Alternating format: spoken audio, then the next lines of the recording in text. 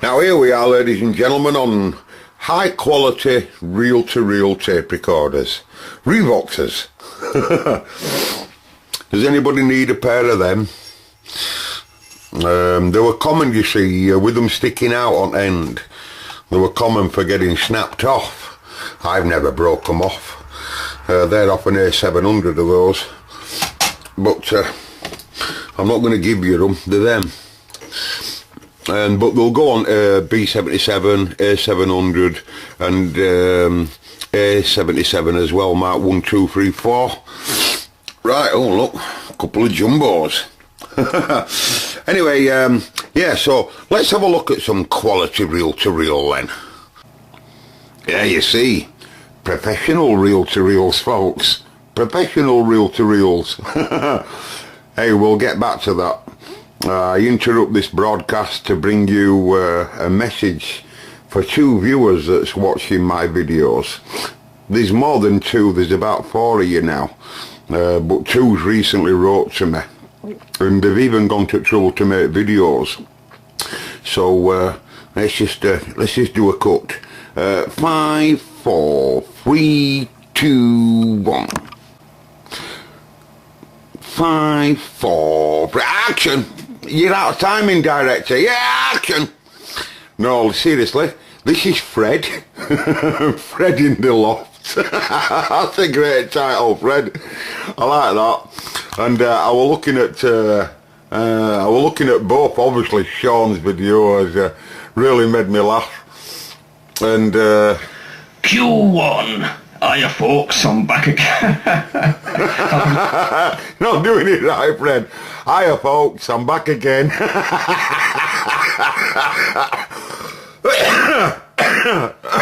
Excuse me. Sorry, Mark. That's to be sorry of, mate. That's a lovely mug in here. Look at the size of it, it's whiskers. I couldn't resist it. Just taking the wee out of you a little bit. How can you take the mickey out of me? Just look at that. That's a lovely mug in here, is that? I really like mugging years. I really like mugging years. Anyone that's like come onto this video, maybe from one of my kind of like touchpad repair videos or camera videos, this is only really just basically a temporary video that I've just put up for my my good mate Cobra Man. Good mate Cobra Man, eh? And just move over. Q5, take 6, action. Everyone else's nowadays. This video is for the Cobra Man and his subscriber Fred. As you can see, what my equipment is. That's a nice workstation, is that, Sean? I don't even know what any of this stuff does. Yeah, you're a liar, Sean. All I know is it gets hot. That there gets hot. So does that. Yeah, it does. And that gets quite warm. Mark, you think you know nothing. What about me? Old stonker, folks, old stonker. We'll be showing more about a stalker in a moment. And that's a nice meter, is that? If you want to sell that, Sean, if you want to do some swap deals for that, man, I can't see it though, because you'll like it yourself. I haven't got a clue. It does that. Yeah, you know what it does. That's a nice... I can't even get a BBC One on that. That's a joke. I interrupt this broadcast. By the way, I've got some complaints, both you, Sean, as well as Fred over there. I can see obviously that you're well getting into electronics, and soon you might be blaming me for influencing you, saying that look how much money I've spent, blah blah blah, and it's all my fault. Might be coming to give me a good hiding. Old MIDI disc there. You don't see a lot of people playing with MIDI discs these days, but they sound really excellent, don't they? Yeah, watching, I won't go on with these videos, folks, but they are here to see. If anyone clicks on Sean's name underneath, you'll be able to see that video. And same for Fred. He might, I don't know whether Fred will keep that there for a while, but there's one thing that you might notice watching both of them two guys' videos. They're both slurping the tea. They're both slurping the tea. The trouble is, none of them guys are professionals. They just don't do it right, you know. I suppose I've had a few years. I don't.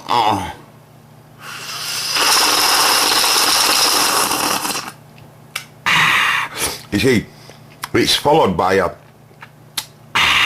You know, it's followed by that. You know, and they both missed it out. And I noticed that they both missed that part out, you know. You know. But, you know, the beginners folks in this slurping business, you know. I might like to add for you two that I don't in reality slurp my tea ever. You know, I really don't. I only do it like, if I go to mates and stuff like that, I do it just for a laugh. And then I tend to choke in front of them, as I've told you before. Anyway, before we get on to that reel-to-reel over there, I'll just take it into the workshop and show you what I'm on with at the moment. I'll take my tea with me. Back again, just before I go in there. Sean, I haven't wrote anything on your video, have I? Fred, I haven't wrote anything on your video, have I? Okay, okay, I want to say hello. Opening. That's all it does. Opening. You just won't let me. Just won't let me, don't matter what I do, it just won't let me. And I'll tell you that today, I couldn't even go to my YouTube at all today for 6 hours. 6 hours, it just wouldn't let me go there. Come up and said that there were an error. And it just won't let me go there. It's two new messages come in there, but look at it. But it won't let me go there. I'm not so sure why. I didn't do note with it. I just left it alone, and when I come back to it, it was okay. I don't know. Anyway, so let's get in that workshop, okay? Right then, Sean, I've got you stalking in bits a little bit. This is Shaun's radio, ladies and gentlemen, and it's quite original, but look at it here. Looks like it's got its original PA stage in there, and yeah, look, quite original. I like to see 54 meg trap still waxed up, you know, because there's no need whatsoever to ever adjust that, by the way. Never. No one ever needs to adjust that, because if you do adjust it, you not see what you're doing. Even I'll hardly see what I'm doing. There is ways I can, but it's an harmonic trap, and you know, there's just no need to ever, and it don't look like.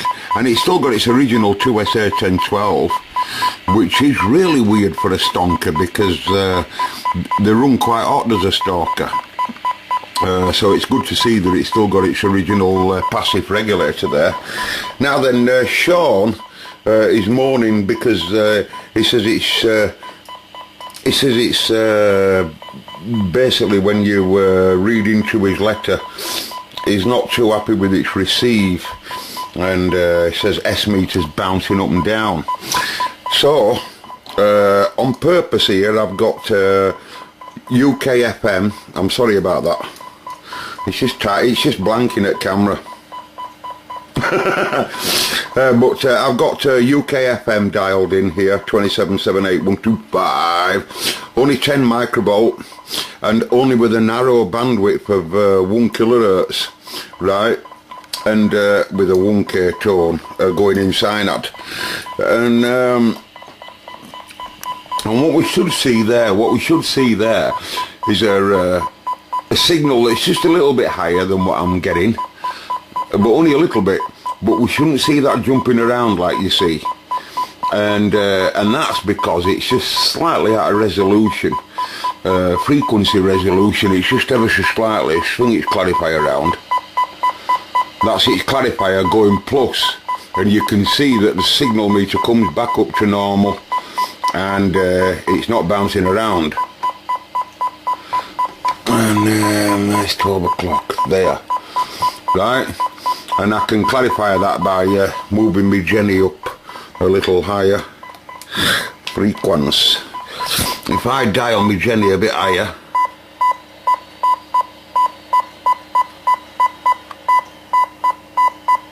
and then I read off, the frequency. I can see there that it's 78175, right? And so there isn't a lot wrong with it, Sean. There isn't a lot wrong with it. If I go TX, and I tell it to TX now, there's quite a bit wrong with transmitter. I know you said, Sean, that you think it's transmitting quite well. It's not. There's a couple of little things wrong with it. If you notice, FM deviations turned really high up. Well, it's way too high, and its carrier is not producing a right lot of RF. So I've got the mod meter in FM, and this is its power meter at the moment, right? So if I just give it a dead key, I can see that its output power is only at 2.8 watts, right? And that's its TX frequency, 78162. So it's transmitting off frequency as well. Remember, it's on UK FM 19, so you know where it should be, lads. And also it's FM. That's its FM carrier in bar graph, showing that it's just under 3 watts. It really could do with being at 4 watts, really. I'll tell you for why. Because you see, the lower you have the power on a stalker, the hotter that regulator will get. Because it's him that has to pass the current, you see. So it's better on a stonker having it at about 4 watts, 4.5 watts if it'll go there. Amplitude AM modulation will go a little quieter, but only slightly when you raise its carrier up a bit. But for us in England, it's not too great important, as we all know, because there's hardly anyone bothering really with AM. It's a shame. I love AM, but to keep that regulator nice and happy, it'd be nice just to have it running at about 4. The higher the out, remember, as you turn the power down, something's got to hold back, if you like, the collector current, and it's him that does that job, you see. So obviously it looks like it does want a TX set. Now normally what you do to have a look at FM audio is dial a tone in. And I'll be doing that when I set it up, right? But if we just look at its FM deviation, I'd want it to be no more than 4 kilohertz. 4 kilohertz, that's its volume. Audio. And you see where it says level?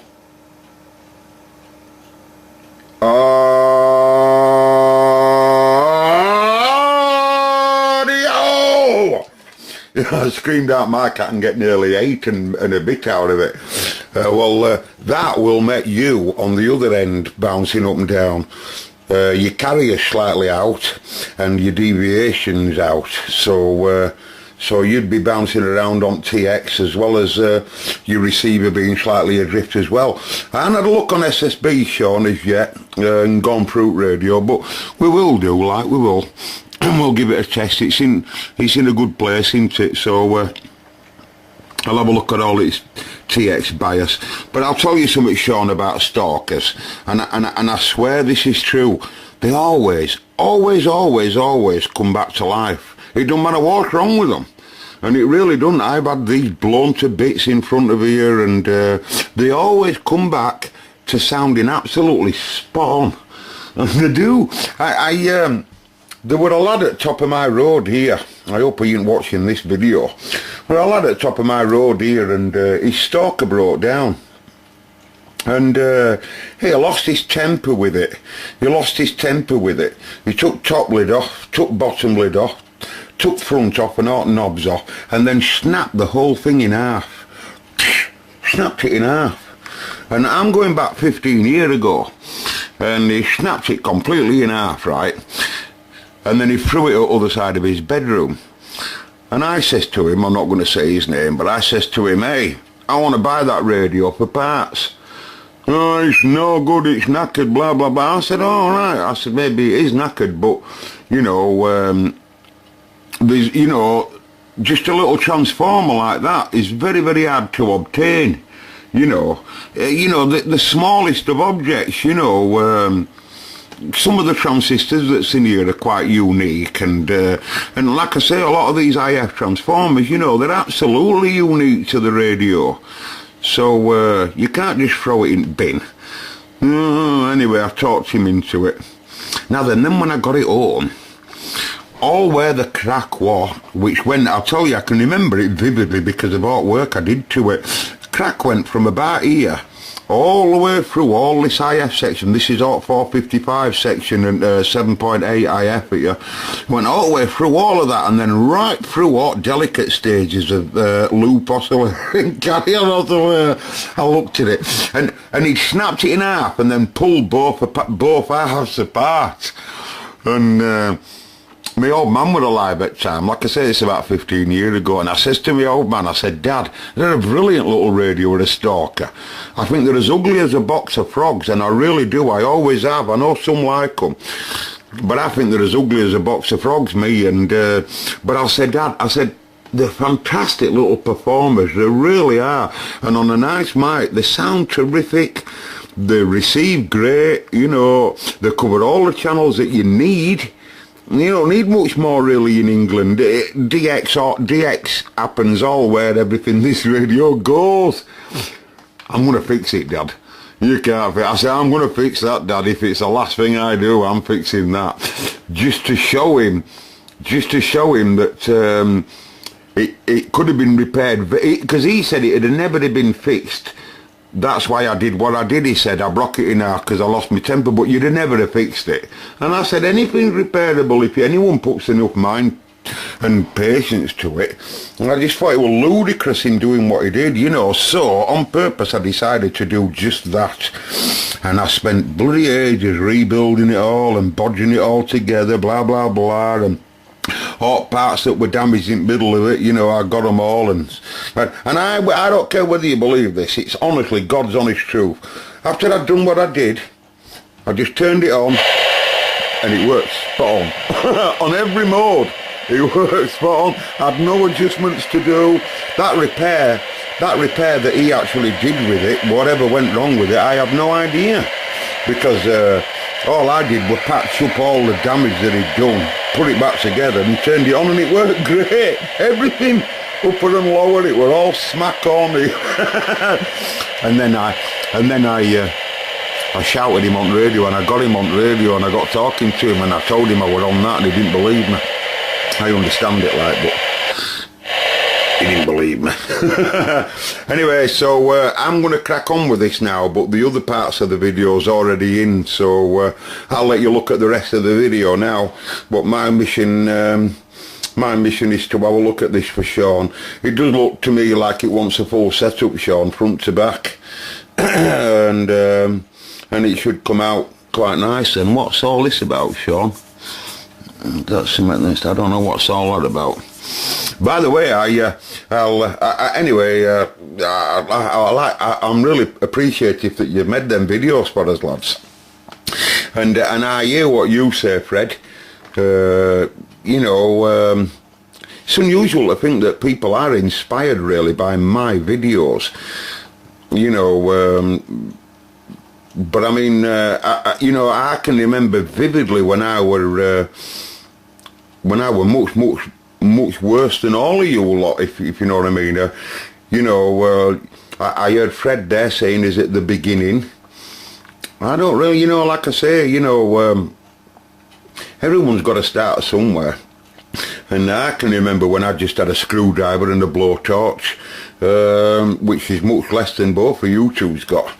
And I remember it vividly, you know, and it's a matter of where your interests are. And I really do believe that you, Sean, and you, Fred, and anybody else watching, you can honestly do anything you want to do. You just have to want to do it, that's all. You see, how it started for me is I had a little President AR7. You might have seen the President AR7 in one of my videos, but I had a little President AR7, my first ever CB radio, and I took it down to a friend of mine's to show him, and he's got his car battery out because he didn't have a power pack, and I put wires on the wrong way around and blew it up. And then I took it, there weren't many shops around with me even then that did repairs, and I took it to I took it to the shop to be repaired, and it cost me 40 quid. It cost me 40 quid. Now at that time I were already playing with reel-to-reel tape recorders and such alike, so but I just didn't know hardly anything about solid state stuff, you know. So as soon as I got it home, I took lid off and I realised that I'd paid £40 for an audio IC and a diode. I just paid £40 for an audio amp and a one silicon rectifier diode, and it cost me 40 quid.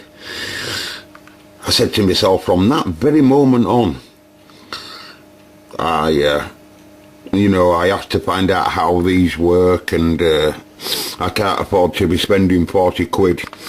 And then not so long after that, I had my Cobra 148 just stopped working one day, and it stopped transmitting. It had received perfect, but it just stopped transmitting. A lad on radio, I'm not going to mention him, I used to love him at the time. I thought he was a great fella, and I was asking him what's wrong with it, and he says, I know exactly what's wrong with it, but I'm not telling you. What? He says, I know exactly what's wrong with it, but I'm not telling you. He says, you bring it over to me, he says, and £15, I'll put it right for you. I said, well, why don't you just tell me what's wrong with it? He says, I'm not telling you. So I said, well, you can boil your head, I'll never want to talk to you ever again. And I didn't. And I found out it was just a passive regulator that had collapsed. Because to me, that was just so selfish. And I said to myself, I'll never ever be like that. I'll never ever be like that. You know, that sort of person. And if I can help someone, I'll tell all the information, you know, and you know, and that's how it started. And then from that minute on, I knew then that never am I ever going to go to anybody else for a repair of any description. If it breaks down and I can't fix it, it'll go on the shelf until I can. And I just started collecting information on CB. That's what I'd advise you to do, Sean and Fred. Get a manual, get some paperwork for your radios, as much as you can on whatever you're interested in, and just mess around. Right lads, I'm going to crack on. You carry on watching, okay? Okay, we're back in here now again. You'll have to excuse that, folks. It were very common on this model. Right minute little plastic lugs that screw onto a screw there and one under there. And they were so common for breaking. Well, that's the least of this reel-to-reel problems. And explain about this machine, shall I? Excuse me. This particular machine is a Roebuck Regal, known as a Roebuck Regal. And I bought this machine, 25 years ago. 25 years ago. I'll take a notice of that. Take a notice of that. Has nothing to do with it at all. He certainly don't have any of them in. I bought this machine about 23, 25, it might even be 26 years ago. And it's always worked great. And then it developed very distorted audio, literally overnight, on its playback. It's got a big oval speaker in here. And it's obviously only a mono animal. Now this machine was bought directly from the BBC, the British Broadcasting Company, and what they used to use these for is for conferencing and mock interviews and that type of stuff. They're a free motor deck, free speed, but they're only a 2-head. This particular one's a 4-track version, which weren't as good as the 2-track version. There's more information goes on tape on a 2-track, you know, they use more of the tape. But it was 7.5 3/4 and 1 7/8, and they had a monitor on them and all that, and switchable equalisation, you know, so even if, you see today, on modern professional type reel-to-reels, as you alter speed, the equalisation switched automatically. But it did have some benefits. If you put a tape on that were a bit flat, you know, a bit dull, you could switch down to a lower equalisation and it'd brighten up all the playback. you know, and you could keep it like that while you were in record as well. Anyway, like I say, it developed distorted audio, a good while ago now, and I went in, I changed all its capacitors at the time, and it didn't make a blind bit of difference. And I was surprised at that. I really was surprised at that. And then now I've got that variac, the variable AC variac from my Uncle Paul. I said to myself, why don't we pull it back out and have a go at it? Because it's quite frightening. What it's actually doing is terrifying to an electrical person like me. And that's because it does something I just cannot get my head round. I'm pretty positive it's a power supply issue. This is the model. That's its original mic, by the way. If you want to know what year it were made, it's a crystal mic, is that?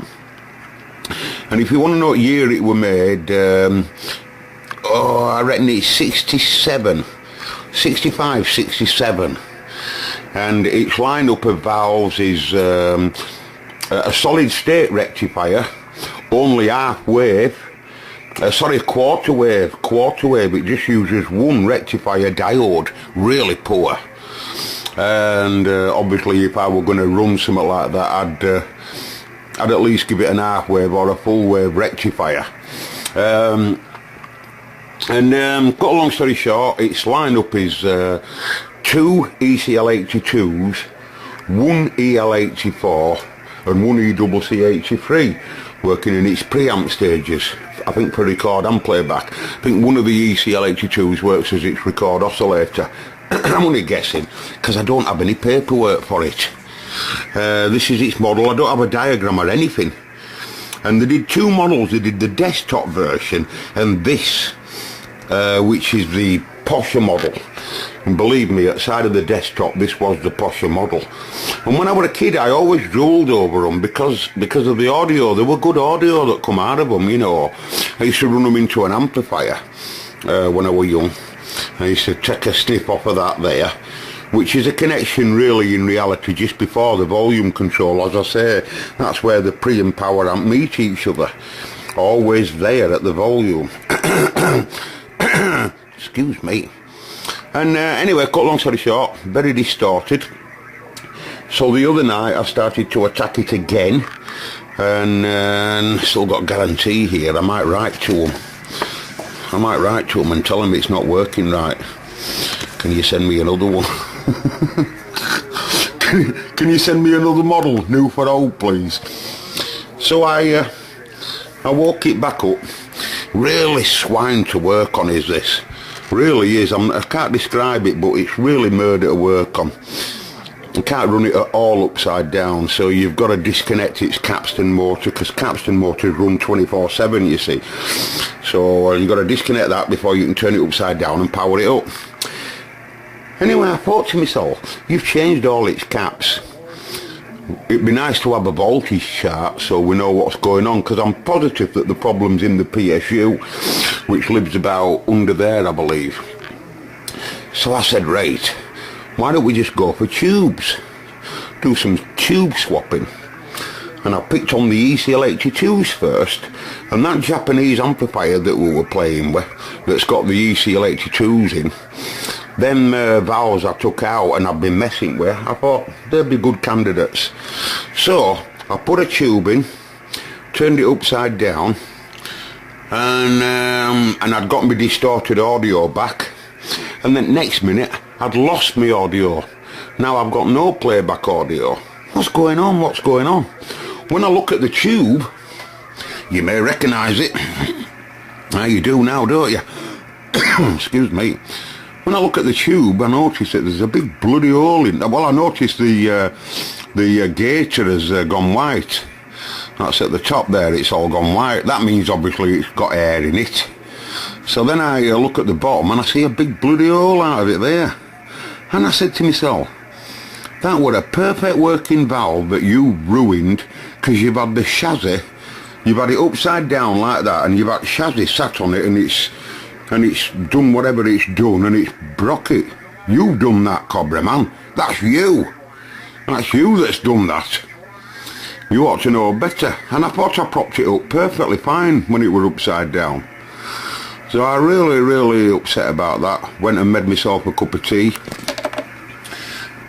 I can't get to it right now. I can now. Went and made myself a brew.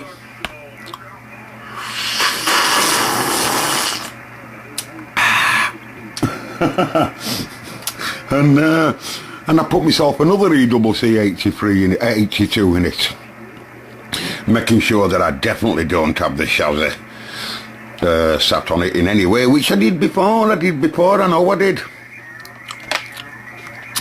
Got me distorted audio back. 5 minutes later I've lost my audio. I said to myself, what's going on here, Vanny lad? What's going on here? What is going on? I've just ruined 2 Mullard ECL82s that are roughly 15 or 20 quid a piece. Well, you have a job getting them. Look at that. Sees a big crack. Oh, I said to myself, there's something seriously wrong with the power supply in this. What's it doing to them? What's it doing to the tubes? You know, and if you think I'm putting any more in, you can dream on. I'm not putting no else in this machine until I get a diagram for its PSU. And that's my fault. You shouldn't be messing, I don't think, with anything to do with tubes unless you've got the paperwork. But I'm really quite convinced. I didn't expect, I've never ever in my days of living ever seen a power supply that can cause that damage so quick. We're talking minutes, by the way, and that's quite devastating. Anyway, I'll tell you what I'm going to do. I've been looking on Google to see if I can find a diagram of the inside of an ECL82, and I can't.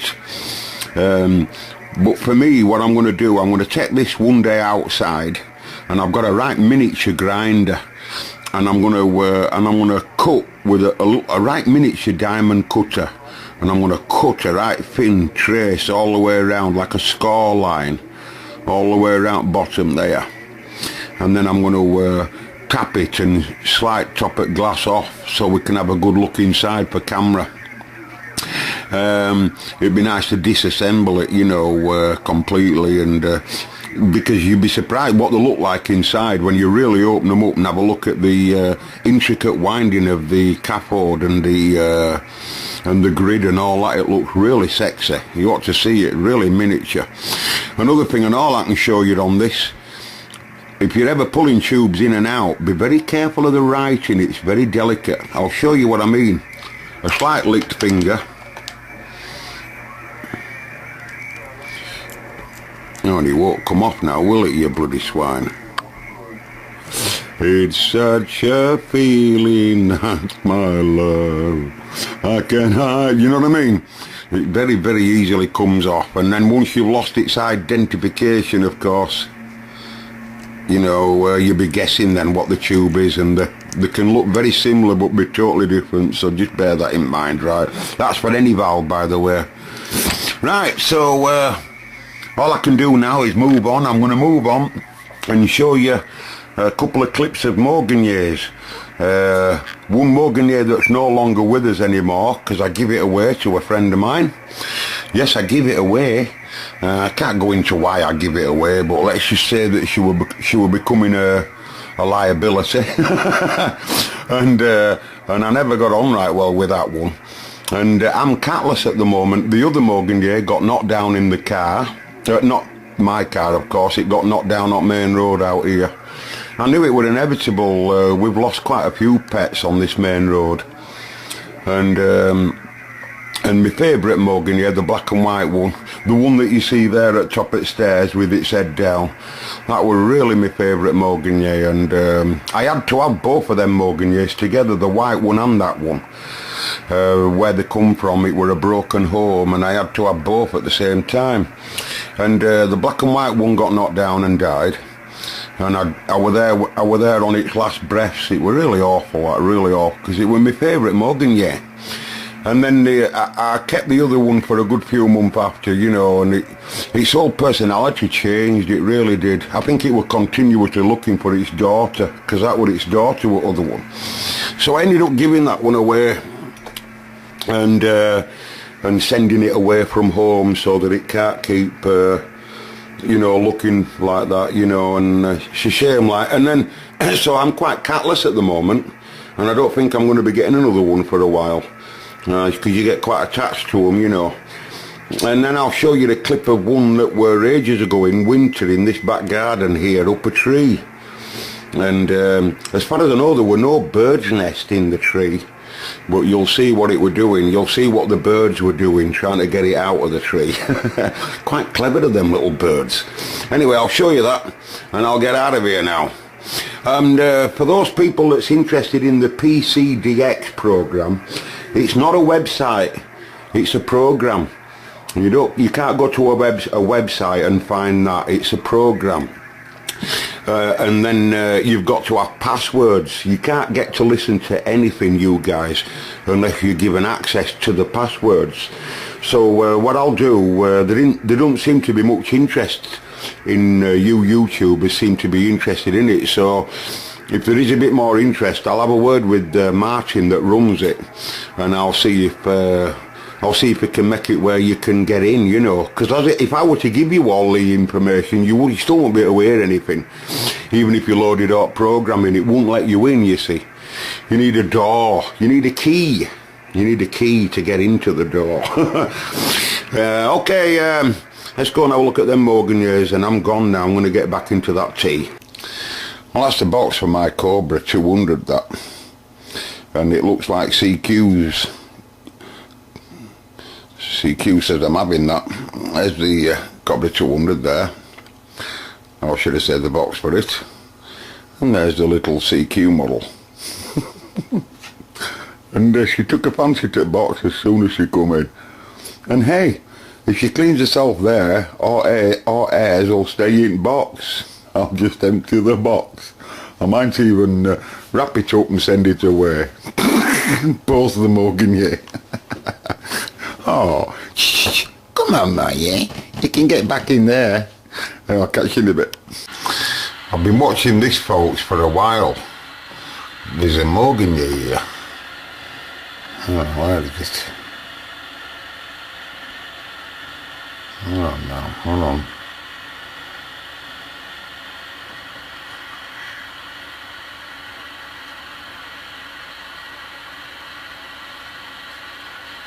Can you see the Morganier? Let me just get some stability. Now can you see the birds flying around the Morganier? The Morganier's in the tree, quite high up. Right? And the Morganier just sat in the tree. Not my Morganier. Oh, I'm telling you, it's close. That Morganier will lash out and get him.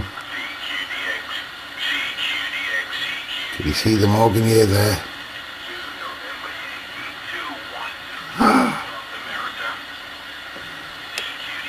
The tormenting cat, but look at it.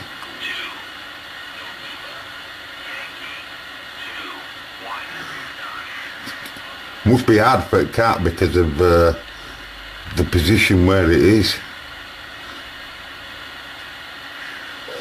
I can tell you from body language that the tail of the Morganier moving like that, it's really deep concentrated. I can tell you that. I've been I can tell you that Morganier's got breakfast on its mind. And it's quite high up, look, from the ground.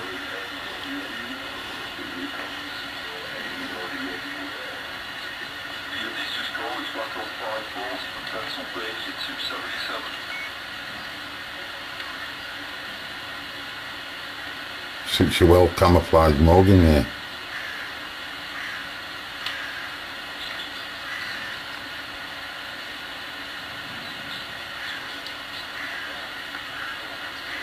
All the birds look like they're tormenting it.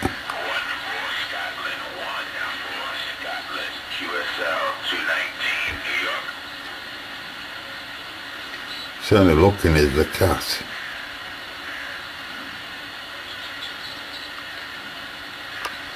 Anyway, no happening.